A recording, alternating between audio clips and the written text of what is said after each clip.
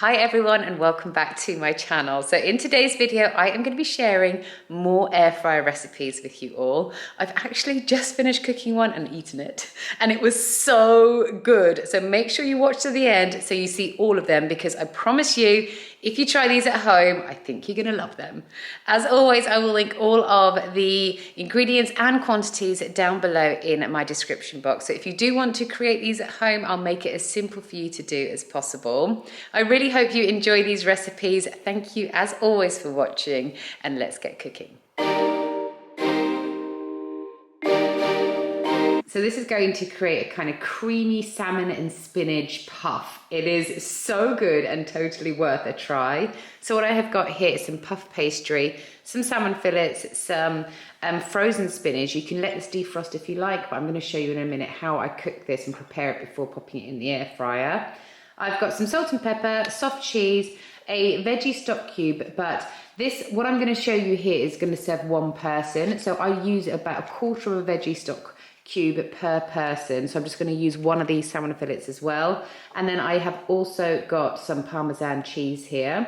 So like I said, what I'm showing you here is just one portion. So double it, triple it, quadruple it, whatever you need to do to feed however many people you're feeding. So the first thing I'm going to do is I'm going to just quickly put my salmon piece into a frying pan, skin down. I'm literally just going to do this for about 5 to 10 seconds. This for me is the easiest way to remove the skin from the salmon. Once the skin's off, I will take the salmon off the heat and just set that to one side. Then in the same pan, I'll add in my spinach cubes and I'll just let those thaw out on a low heat. Once they've thawed, I'll add in my quarter of my veggie stock. I'm also going to add in about 40 grams of soft cheese and some salt and pepper. Mix that all together until it's nicely combined. Once your spinach is ready, it's then time to roll out your puff pastry. I'll then lay my skinless salmon down onto my puff pastry sheet, and then I will spoon the spinach mixture over the top, and then I'll just also add a really generous grating of Parmesan cheese on the top too. I will then just wrap this up in my puff pastry, just brush with some milk or egg, whatever you've got available. Then I'll pop this into my air fryer on 200 degrees centigrade just for 10 minutes. After that, everything will be cooked to perfection. And as you can see, this is just a parcel of deliciousness. Serve this with some salad on the side and it makes the perfect lunch or dinner. This is going to turn into really delicious chicken burgers. So what I have got here is cornflakes, because if you've never tried a chicken burger with this as your coating instead of breadcrumbs, you really need to. So you've got to make sure you're obviously getting the cornflakes that haven't got the sugar on the top. You do not want to get Frosties because that will just taste very, very odd. So these are just cornflakes, no sugar on top. And then I have got in here just some garlic granules like this, and also some smoked paprika. And then I've got 2 chicken breasts, and I've just sliced down the middle a bit and then like butterflied them out. And then I put this cling film over the top because I'm going to get my rolling pin and just bash them to flatten them all out.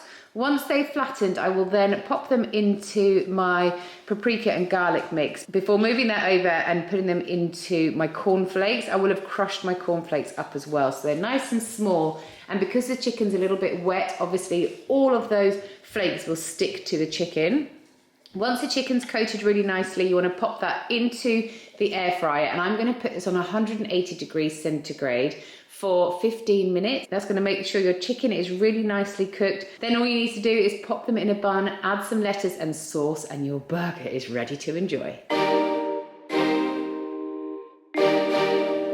So I've actually shown this recipe before, but I've done like an individual recipe of this. So I wanted to put it into this video because it is so good that you guys really need to try it.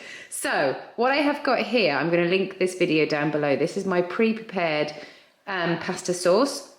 It is absolutely delicious and there is so much flavour in here. There's like onions, garlic, chopped tomatoes, rose harissa. We've got some slow roasted peppers in here, loads of mixed herbs. there's just so much in here. So if you just pre-prepare this in advance, I do like a big pot of it, and then I freeze half and I keep half in the fridge, and then it's so easy to just add to meals. So I'm going to add this to my gnocchi. If you haven't got this, then I would be adding a tin of chopped tomatoes and also some oregano and some salt and pepper, but this has it all in there already. And then what I'm going to do is also add a generous amount of this creamy blue into here as well.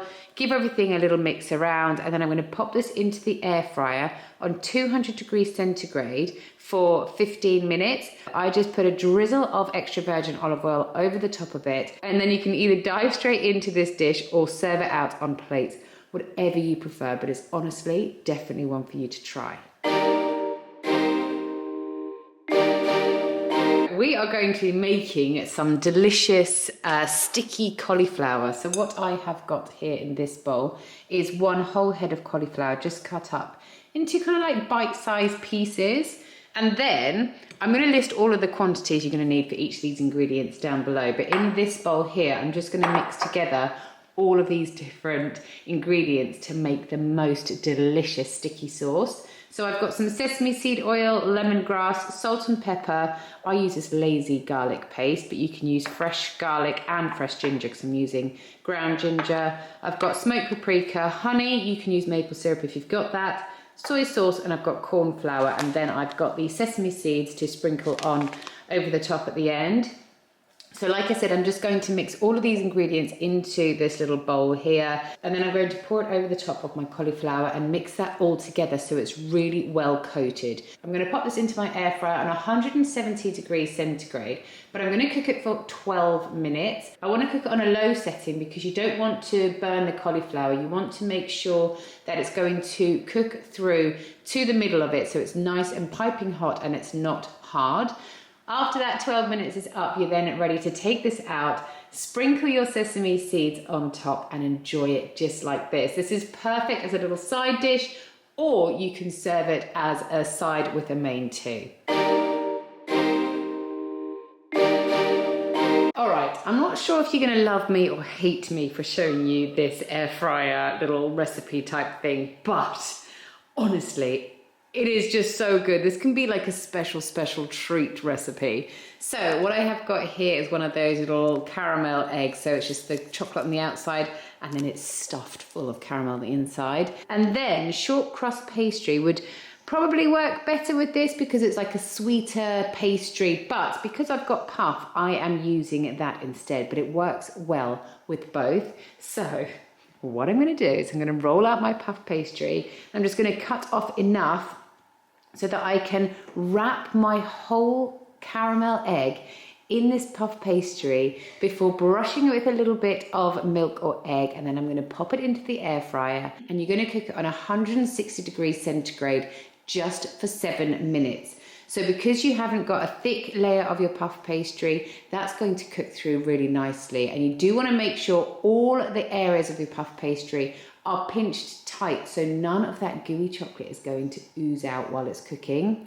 After the 7 minutes is up, look at this. I mean, this is just an incredibly naughty yet absolutely deliciously nice treat. So those are the recipes I wanted to share with you today. I really hope you enjoyed them. Let me know if you give them a try at home and what you think of them. Thank you so much for watching, and I'll see you guys next time. Bye.